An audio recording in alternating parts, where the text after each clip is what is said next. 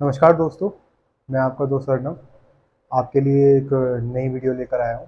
तो इस वीडियो में हम बात करेंगे रिकवरी एजेंट्स के होम विज़िट को कैसे हैंडल किया जाए, क्योंकि ज़्यादातर बैंक्स और एनबीएफसी जो भी आपका किससे भी लोन चल रहा हो, unsecured credit card, personal loan, business loan, education loan, जिसकी आप ईएमआई भरना बंद कर देंगे तो मोस्ट प्रोबेबली फर्स्ट मंथ से ही लोग आना शुरू हो जाते हैं ज़्यादातर। तो और कई बार ऐसा होता है कि 1 महीने के बाद आना शुरू होते हैं, और कई बार ऐसा होता है कि 1 साल तक आते रहते हैं, या उसके बाद भी कभी-कभार आ जाते हैं। तो उस केस में आपको घबराने की कोई ज़रूरत नहीं है बिल्कुल भी, क्योंकि वो जो बंदा आएगा, वो कितना ही अपने आप में ये बने कि वो ये है, वो है, वो कुछ भी नहीं होता, उसकी कोई हैसियत नहीं है आपके आगे। आप कस्टमर हैं, कस्टमर की वजह से बैंक है, बैंक की वजह से कस्टमर नहीं है। तो आपको हमेशा ये ध्यान रखना है, चाहे वो एनबीएफसी हो या बैंक हो। और उसको चलाने के लिए भी बहुत सारी गाइडलाइंस जो हैं, जो आरबीआई ने इशू करी है, जिसको हम सब जानते हैं कि ये रिकवरी एजेंट, रिकवरी के जो टट्टू हैं, ये कुछ भी फॉलो नहीं करते हैं और ऐसे ही मुंह उठा के किसी के भी घर चल पड़ते हैं। और इनका एक ही हथियार होता है, लोगों का डर। जो आपका डर है ना, वो इनका हथियार है। जब आपका डर खत्म हो जाएगा ना, तो इनके पास कुछ बचेगा नहीं, ये अपने आप ही दुम दबा के भाग जाएंगे, या तो ये आपके पास आएंगे ही नहीं। हालांकि इनको विजिट करने से पहले आपको इन्फॉर्म करना होता है, पर ये बिना इन्फॉर्म करे ही आपके घर आ धमकते हैं जब आप घर पे नहीं होते हैं। और इनका पर्पस यही होता है हैरेसमेंट करने का। तो आप घर पे नहीं मिलते तो आपके फैमिली मेम्बर मिलते हैं और उनको ये हैरेस करते हैं। तो उसी के रिलेटेड ये एक तरीके से इलीगल ट्रेसपासिंग है। आपकी परमिशन के बगैर आपके प्रेमिसेस में कोई एंट्री कर रहा है तो वो इलीगल ट्रेसपासिंग है। इसके लिए भी आप एफआईआर करा सकते हैं, क्योंकि कल को अगर आपके घर में कोई चोरी हो जाती है और कोई बात हो जाती है, और वो बंदा ये बता के आता है मैं बैंक से हूँ, और वो आपके पास आपको अपना आई कार्ड नहीं देता, कुछ नहीं देता, तो आप अगर बैंक में कंप्लेंट करेंगे ना, तो बैंक आपको ना एक भी नहीं सुनेगा। बैंक कहेगा जी आप झूठ बोल रहे हो। ये सच्चाई है, ऐसा लोगों के साथ होता भी है कभी कभार अगर कोई बात हो जाती है तो इसके लिए एक्चुअल में क्या है, Indian institute of banking and finance ने इनको, जितने भी रिकवरी एजेंट्स होते हैं ना, डीआरए का एक कोर्स होता है, 100 आवर्स की ट्रेनिंग होती है डेप्ट रिकवरी एजेंट्स को, जो सभी एजेंट्स को करना पड़ता है, ये मैंडेटरी है।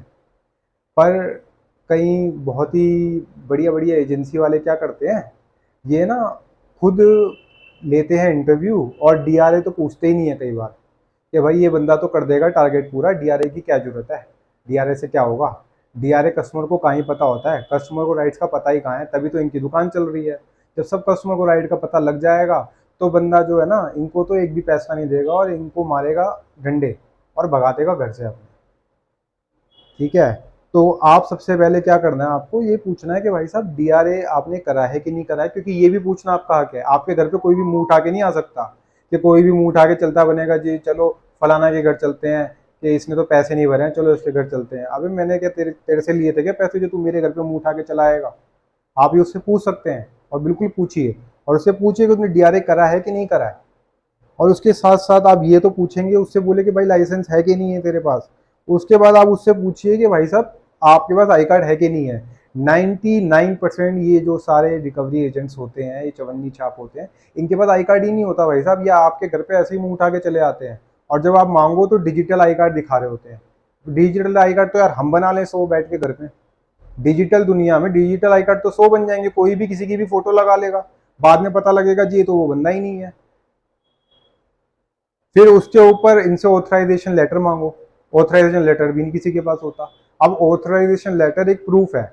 हमने जब लोन लिया था, आपने या हमने या किसी ने भी, तो हमने बैंक को अपना पैन कार्ड भी दिया, हम लोगों ने अपना बैंक को आधार कार्ड भी दिया, हमने बैंक को अपनी बैंक स्टेटमेंट भी दी, हमने सारे प्रूफ दिए कि हाँ मैं वही बंदा हूं जिसको आप लोन दे रहे हो।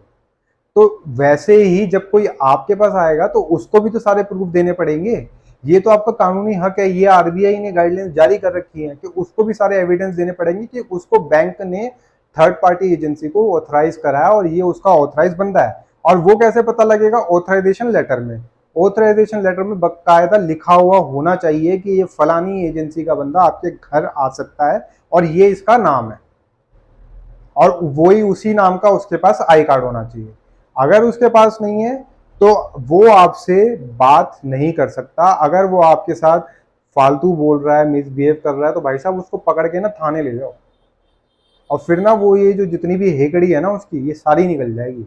वो भूल जाएगा कि कस्टमर से कैसे बात करनी चाहिए। और अगर वो ये दोनों चीज़ दिखा दे, आई कार्ड भी दिखा दे, ऑथराइजेशन लेटर भी दिखा दे, उसके बाद भी आप मना कर सकते हो, आपके पास नहीं है पैसे। आप साफ बोल दो भाई पैसे नहीं है मेरे पास, जब होंगे मैं भर दूंगा। ये आपका कानूनी हक है, आप बोलोगे ये बात। ऐसा तो है नहीं कि आप पहले भी आखिरी इंसान हो जो पैसे नहीं भर पा रहा है फाइनेंशियल सिचुएशन खराब होने की वजह से। हो जाता है, किसी के भी साथ हो सकती है ये प्रॉब्लम। तो ये चीज़ें तो आपके लिए कानूनी हक है। उसके अलावा और क्या होता है आपके साथ जब रिकवरी के लिए कोई बंदा होम विजिट करता है?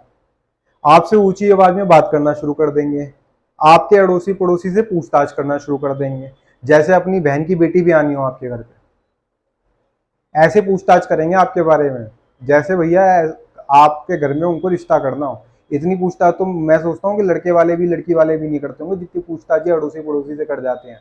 बकायदा कई लोग तो आपके फेसबुक से, आपके पर्सनल इंफॉर्मेशन के अकाउंट से आपकी डिटेल्स को निकालते हैं, आपकी फोटो निकाल लेते हैं, जो आपने फेसबुक पे फोटो निकाल लगा रखी होगी वो निकाल लाते हैं, और वो आपके पड़ोसी को दिखा के पूछ रहे होते हैं कि ये बंदा यहाँ रहता है कि नहीं रहता। आपके पास नहीं आते, सीधा अड़ोसी पड़ोसी से पूछ रहे होते हैं।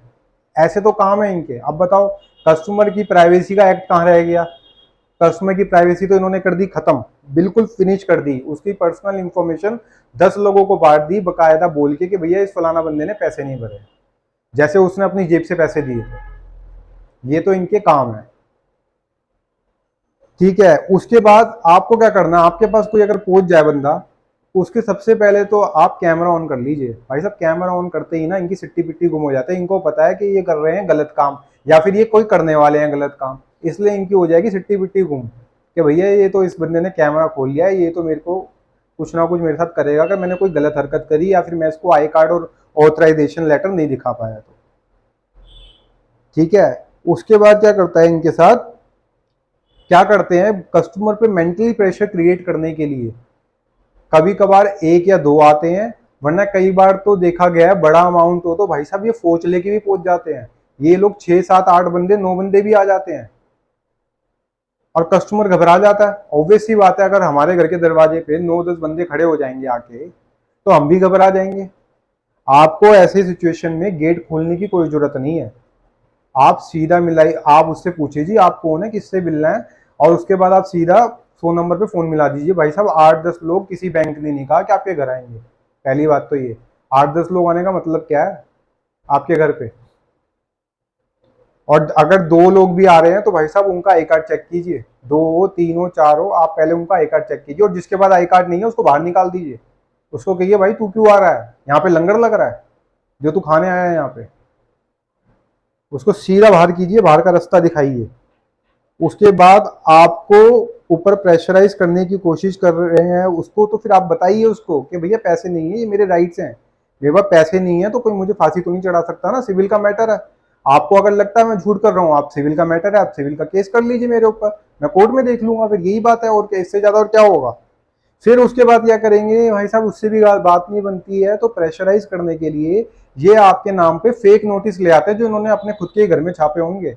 बैंक में बैठ के इन्होंने खुद ही वो नोटिस छाप लिए होंगे, और दिखाएंगे ऐसे जैसे कि वो लॉयर का नोटिस है, कोई लीगल फर्म का नोटिस है, या फिर ऐसा कोई नोटिस है जिस पर कल ही आपको जेल हो जाएगी उससे। ऐसा नोटिस लेकर आएंगे ये, और आपको बोलेंगे जी आप पे केस हो जाएगा, आपके घर का फर्नीचर उठा लिया जाएगा, आपके सामान बेच के बैंक अपना पैसा पूरा कर लेगी। कोई मजाक चल रहा है क्या बैंक? अगर ऐसी ही बात थी तो ये अनसिक्योर्ड लोन कैसे हो गया भाई? फिर तो ये सिक्योर लोन हो गया। अगर मेरे घर का सामान ही बिक जाएगा तो तुम्हारे पास इतने राइट्स होते तो फिर ये 60 70% का ब्याज क्यों दे रहे थे हम? इसलिए तो दे रहे थे ना, क्योंकि रिस्क था। रिस्क है तभी तो पैसा है। अब तू शेयर मार्केट में पैसा लगा रहा है, डूब जाएगा भाई। रिस्क है वहां पे, तभी तो प्रॉफिट मिल रहा है लोगों को। श्योरिटी तोड़ना है कोई भी कल की क्या होने वाला है। अगर ऐसा ही होता तो 10% वाला 9% वाला होम लोन नहीं लेते, मॉर्गेज लोन नहीं लेते।